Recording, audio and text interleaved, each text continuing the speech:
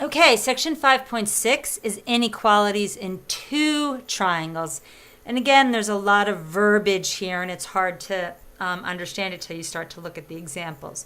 If two sides of one triangle are congruent to two sides of another triangle, the included angle, remember this idea of SAS, the angle between the two sides? If the angle between the two sides is larger in one than the other, then this side must be larger than that side. So here's a perfect example of that. I have two sides that are congruent. JK is congruent to RS, and KL is congruent to RT, but this angle, R, 60, is larger than that angle, 59. So if you think about it, if that opening, obviously, if this opening is larger, the side needed to close it has got to be larger. So all other things being equal, two sides and the included angle, remember it's the angle between. So that means JL has to be less than ST. And the converse of the hinge theorem says if two sides are congruent, remember they share this side, but the third side of this triangle is larger than the third side of that triangle, you guys can probably guess even what that would mean. That would mean this angle must be larger than that angle. So again, in order to open up to a 15-inch side, this angle, the measure of angle DEG, must be greater than the measure of angle FEG. To get my greater than signs and angle signs different. So here are two sides that are congruent. Oh, and it appears they share this side. So what would you say about these angles? They have to be the same.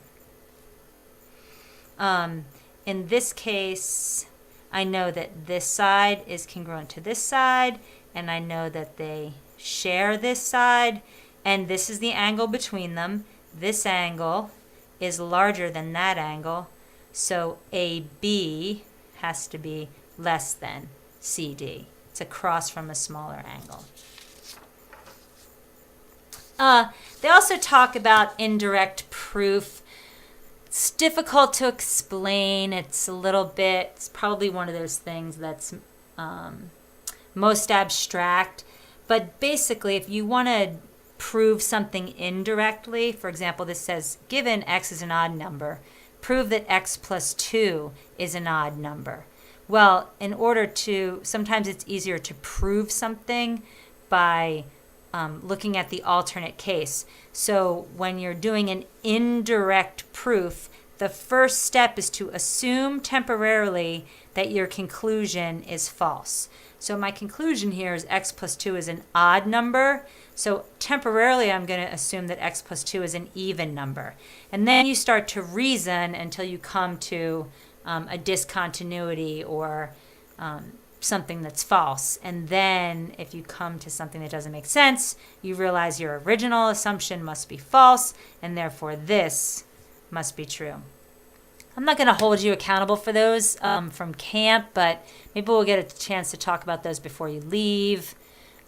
But again, really it's about